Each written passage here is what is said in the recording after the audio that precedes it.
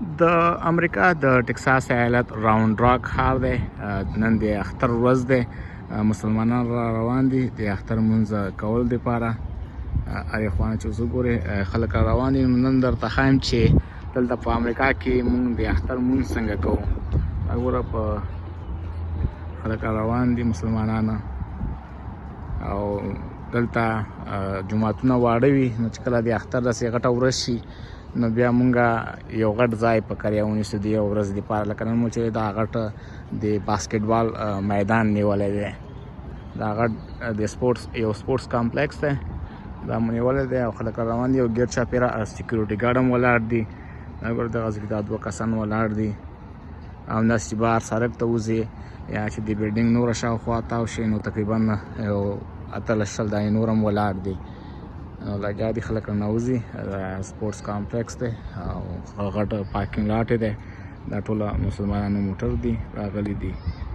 نو زه د بلډینګ دننه هم ځو او خلک لا روان دي او مونځ کولو ته هم لا 20 منټه شته دي.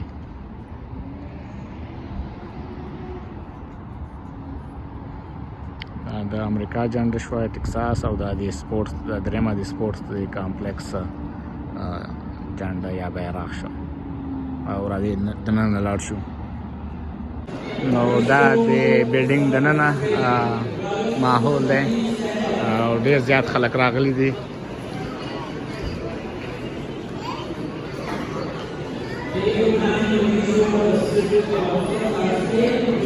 زنانه مردانه دواړه راغلي دي او ډېر زیات خلک دي. او که شاته وګورې لا ډېر نور هم را روان دي.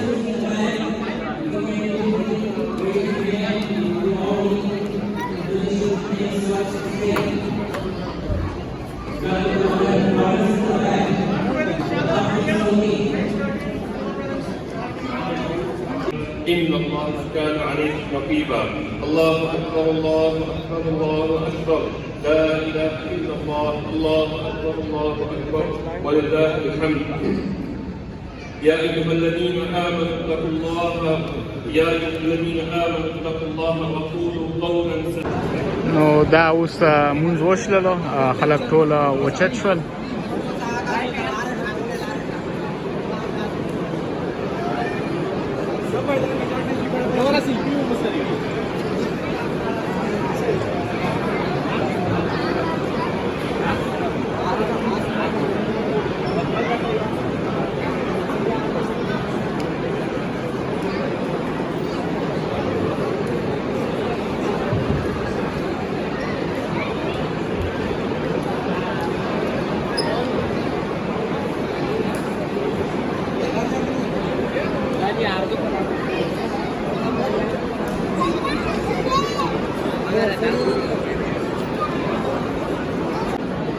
دا اوس د میدان نه بهر وځو.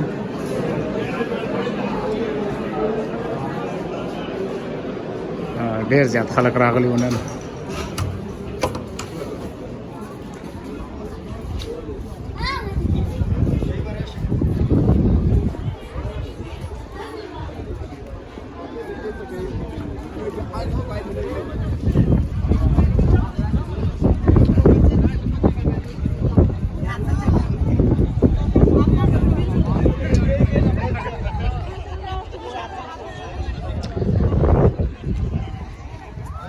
دا وخت اوس د اختر مونځ وشو، خلک بهر راوځي.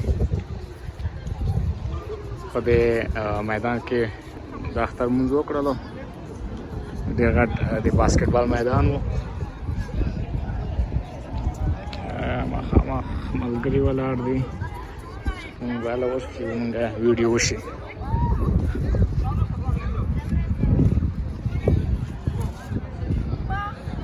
نو دا و امریکا کې زمونږ د اختر مونځ.